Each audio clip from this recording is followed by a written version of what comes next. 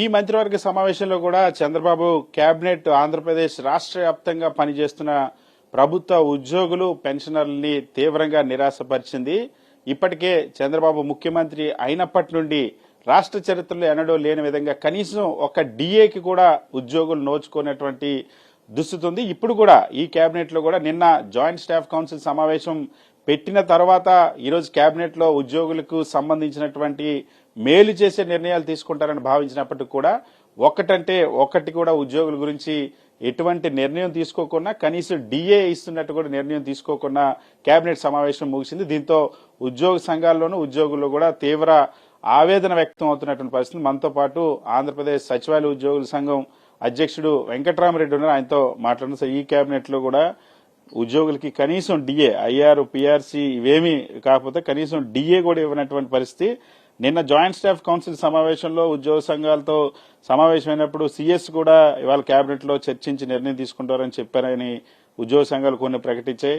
అక్కడ ఏం జరిగింది, అసలు ఇవాళ కేబినెట్ లో ఏమన్నా ఉద్యోగులకు మేలు చేసే నిర్ణయాలు తీసుకున్నారా లేదా?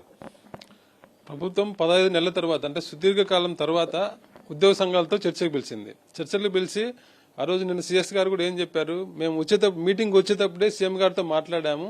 సీఎం గారు వాళ్ళ సమస్యలు ఏంటో తెలుసుకొని రండి, అవి చూసుకొని అవి తీసుకొచ్చినాక మీరు అవి పరిశీలించి మనం ఏం చేయగలమో అవి చేద్దామని చెప్పారని మాకు నిన్న సీఎస్ గారు, అంటే నేను వెళ్ళలేదు, మా అసోసియేషన్ వాళ్ళతో చెప్పిన మాట, సీఎస్ గారు స్వయంగా చెప్పిన మాట. అలాంటిది 15 నెలల తర్వాత మీటింగ్ పెట్టారు, పిలిచారు, అన్ని సమస్యలు విన్నారు, కనీసం 1-2 పరిష్కరిస్తారనే ఉద్దేశంతో అంటే ఈరోజు కేబినెట్ ముందు రోజు మీటింగ్ పెట్టి సమస్యలు తెలుసుకున్నారంటే ఈ కేబినెట్ లో కనీసం ఉద్యోగులకు డిఏ అన్న ఇస్తారని ఉద్యోగులు అందరూ ఆశతో ఎదురు చూస్తున్నారు. ఇప్పటివరకు ఇంకా తెలియదు ఉద్యోగులకు ఏం జరిగింది అనేది. కానీ ఈ కేబినెట్ లో కూడా ఉద్యోగులు నిరాశపరిచేలాగానే ప్రభుత్వం నిర్ణయం తీసుకున్నది. ప్రతి కేబినెట్ అంటే 15 నెలల కాలం డిఏ ఇవ్వకుండా ఎప్పుడు ఏ గవర్నమెంట్ లేదు. ఒక కరోనా కాలంలో తప్ప, కరోనా టైంలో గవర్నమెంట్ ఆఫ్ ఇండియానే 3 డిఏలు సస్పెండ్ చేసింది కాబట్టి ఆ టైంలో తప్ప మిగతా టైంలో ఎప్పుడు కూడా 15 నెలలుగా ఒక్క డిఏ కూడా ఇవ్వకుండా ఉన్న గవర్నమెంట్ ఏదైనా ఉందంటే ఈ గవర్నమెంటే. ప్లస్ అది కాక గవర్నమెంట్లోకి వచ్చిన తర్వాత 15 నెలల పాటు ఉద్యోగులకు సంబంధించి ఏ ఒక్క చిన్న బెనిఫిట్ చేయని గవర్నమెంట్ ఏదైనా ఉందంటే ఈ గవర్నమెంట్ మాత్రమే. లాస్ట్ గవర్నమెంట్ లో 5 ఏళ్లలో 12 డిఏలు ఇచ్చిండ్రు. లాస్ట్ 5 ఏళ్లలో 12 డిఏలు అంటే అంతకుముందు గవర్నమెంట్ పెండింగ్ పెట్టిన 3 డిఏలతో పాటు ఆ గవర్నమెంట్ లో వచ్చిన 3 డిఏలు అన్ని కలుపుకొని 12 డిఏలు అంటే లాస్ట్ ఎలక్షన్ టైంలో ఎలక్షన్ కోడ్ వల్ల ఒక డిఏ పెండింగ్ ఉండింది తప్ప మిగతా పెండింగ్ డిఏలన్నీ క్లియర్ చేసింది. 12 డిఏలు ఇచ్చిండు. కానీ ఈ గవర్నమెంట్ వచ్చిన తర్వాత ఇప్పుడు 4వ డిఏ, కరోనా టైంలో తప్ప ఎప్పుడు ఇన్ని 4 డిఏలు పెండింగ్ ఉండే సందర్భం కూడా లేదు. అంటే గవర్నమెంట్ ఉద్యోగుల పట్ల ఎంత నిర్లక్ష్యంగా ఉందనే దానికి ఇది ఒక చిన్న ఉదాహరణ. అలాగే పిఆర్సీ కమిషన్, పాత గవర్నమెంట్ వేసిన పిఆర్సీ కమిషన్ రిజైన్ చేసిన పిఆర్సీ కమిషన్ స్థానంలో కొత్త పిఆర్సీ కమిషన్ నియమించడానికి 15 నెలలు. అంటే పిఆర్సీ కమిషన్ నియమిస్తే రిపోర్ట్ ఇస్తే ఇంప్లిమెంట్ చేయాల్సి వస్తుంది, డిలే చేయాలి, ఉద్యోగులకు పిఆర్సీ లేట్ చేయాలని ఒక్క రీజన్ తోనే గవర్నమెంట్ పిఆర్సీ కమిషన్ అపాయింట్ చేయకుండా అది పెండింగ్ పెట్టింది. గవర్నమెంట్ లోకి వస్తానే ఐఆర్ అన్నారు. ఐఆర్ వస్తానంటే ఎప్పుడు 15 నెలలు అయిపోయింది, పోయే లోపల కూడా ఇచ్చేటట్లేరు వీళ్ళు. 15 నెలలుగా ఐఆర్ లేదు. ఇలా ప్రతి పెండింగ్ బిల్స్, పాత గవర్నమెంట్ ఏంటంటే ప్రతి మీటింగ్ లో మాకు చెప్పేవాళ్ళు ఇన్ని బిల్స్ పెండింగ్ ఉన్నాయి, ఈ టైంలో ఇన్ని చేస్తాం, ఇది చేయలేమని మాకు వాళ్ళు క్లియర్ గా చెప్పేవాళ్ళు. ఇప్పుడు అసలు పెండింగ్ బిల్స్ ఎన్ని అనేది వాళ్ళు చెప్పడం లేదు. మీటింగ్ లో నిన్ను అడిగితే ఎవరు చెప్పలే. నేను ఆర్టీ యాక్ట్ కింద అడిగిన మినిస్టర్ గారు, ఫైనాన్స్ మినిస్టర్ గారు ఒకసారి మాట్లాడుతూ అందరూ బాగున్నారు నేను తప్ప అన్నారు. సరే అందరు బాగుంటే మీరు ఎంతమందికి ఎంత పెండింగ్ ఉన్నది ఇవ్వడానికి ఎందుకు ఇబ్బంది పడుతున్నారు? ఎంప్లాయీస్ కి ఇవ్వాల్సిన పెండింగ్ బిల్స్ అన్ని క్లియర్ చేస్తామన్నారు. మీరు చెప్పిన దాని ప్రకారమే 21,800 కోట్లు పోయిన జూలైలో పెండింగ్ ఉన్నాయి. ఈ రోజుకి అవి పెరిగినాయా తగ్గినాయా? మీరు క్లియర్ చేసి కొంతమంది తగ్గాలి కదా. ఈ రోజుకి ఎన్ని ఉన్నాయి? మాకు తెలిసిన ప్రకారం ఏంటంటే దాదాపు 30,000 కోట్లు అయినాయి అన్నారు. అంటే మీరు పెండింగ్ డిఏలు పెంచుకుంటా పోతున్న తప్ప ఉద్యోగులకు మేలు చేసేలాగా ఒక్క డిఏ కూడా ఒక్క పెండింగ్ బిల్స్ కూడా ఏం క్లియర్ చేయలేదు. ఇట్లా ఎంప్లాయీస్ కి ఇవ్వాల్సినట్టు ఏవి ఇవ్వకపోగా కాంట్రాక్ట్ ఎంప్లాయీస్ రెగ్యులరైజేషన్ గవర్నమెంట్ మొదలుపెట్టింది. ఎలక్షన్ కోడ్ వల్ల ఆగిపోయింది. ఎలక్షన్ కోడ్ అయిపోయి 15 నెలలు అయింది. ఇప్పుడు చేయడానికి ఇబ్బంది ఏంది? అంటే పాత గవర్నమెంట్ ఇచ్చిన జీవోలు ఇంప్లిమెంట్ చేయరా? అందరు ఎంత ఎదురు చూస్తున్నారు కాంట్రాక్ట్ ఉద్యోగులంతా. 20-25 ఏళ్ళు పనిచేసిన వాళ్ళు రెగ్యులర్ అవుతామనే ఇదిలో వాళ్ళు ఉంటే, ఆ టెన్షన్ లో వాళ్ళు ఉంటే వాళ్ళు ఇంకా ఇబ్బంది పెట్టేలాగా గవర్నమెంట్ ఎందుకు ప్రవర్తించుతుంది? ఆ జీవోని ఇంప్లిమెంట్ చేయాలని చెప్పి కోరుతున్నాం. దాంట్లో రెస్పాన్స్ లేదు. అవుట్ సోర్సింగ్ ఉద్యోగులకు మీరే ఇస్తామన్నారు గవర్నమెంట్ స్కీమ్స్, 15 నెలలు అయిపోయినంత వరకు ఇవ్వలేదు. ఇలా ఎంప్లాయీస్ కి ఇస్తామని వాళ్ళు చెప్పిన హామీలు ఏది హామీ చేయలే. ఇట్లా చేయకపోగా ఉద్యోగులను వేధించడం మాత్రం ఎక్కువైంది. మనం నిన్న చూసిండ్రు శ్రీశైలం ఎమ్మెల్యే గారు ఉద్యోగిని ఎట్టబడితే అట్టు కొట్టిండ్రు.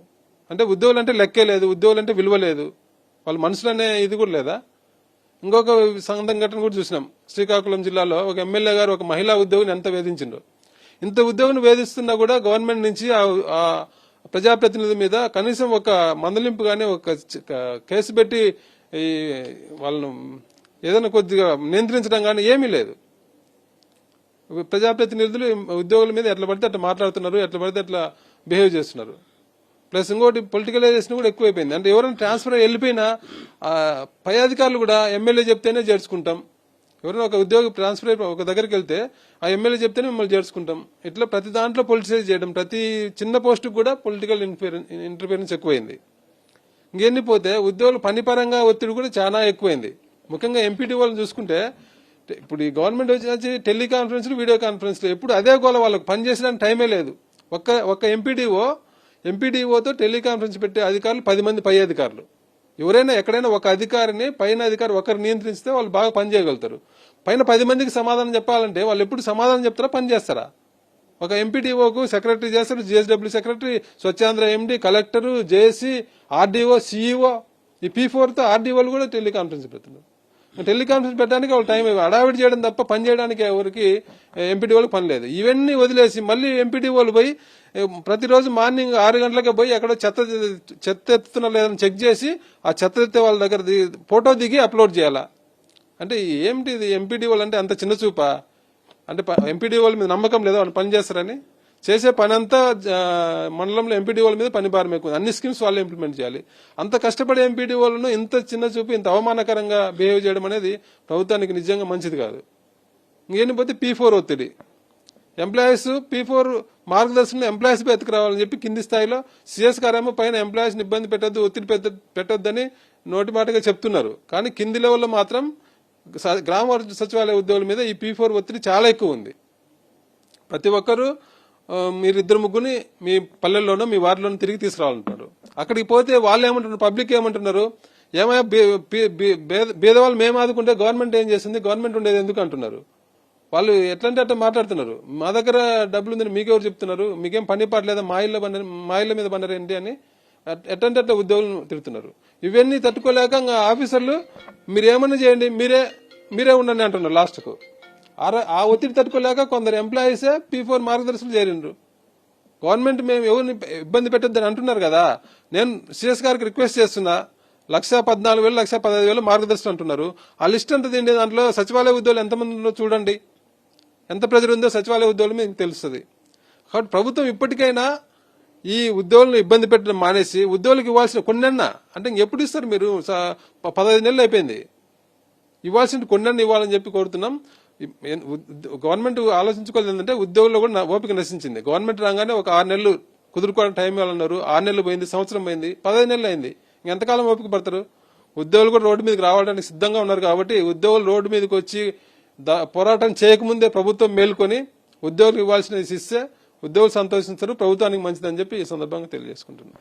ఖచ్చితంగా 15 నెలల్లో ఉద్యోగులకు కనీసం ఒక డిఏ కూడా ఇవ్వనటువంటి ప్రభుత్వం ఆంధ్రప్రదేశ్ రాష్ట్ర చరిత్రలోనే ఎప్పుడు లేదని చెప్తున్నారు. ఐఆర్ ప్రభుత్వంలోకి రాగానే ఇస్తామని ఎన్నికల్లో చెప్పి ఇప్పటి వరకు కూడా దాని గురించి ఎలాంటి ఆలోచన లేదు. కనీసం పిఆర్సీ కమిషన్ కూడా నియమించలేదు. ఒకవైపు ఉద్యోగులకు ఇవ్వాల్సినటువంటి ధర్మబద్ధంగా చట్ట ప్రకారం రావాల్సినటువంటి వాళ్ళ ఆ డిఏలు, ఐఆర్, పిఆర్సీ గురించి ఆలోచించుకున్నా తిరిగి ఉద్యోగులపైన పని భారం పెంచడం, ఉద్యోగుల్ని వేధిస్తున్న, ఉద్యోగులను కొడుతున్న ప్రభుత్వం స్పందించకపోవడం పట్ల ఉద్యోగులు తీవ్ర ఆవేదన వ్యక్తం అవుతుందని వెంకటరామరెడ్డి చెప్తున్నారు. ఖచ్చితంగా ఇలాగే కొనసాగితే ఉద్యోగులు కూడా రోడ్డు మీదకి వచ్చి పోరాడాల్సినటువంటి పరిస్థితి అతి త్వరలోనే ఏర్పడుతుందని వెంకటరామరెడ్డి చెప్తున్నారు. వీరన్ శివతో సతీష్, సాక్షి టీవీ, సచివాలయం.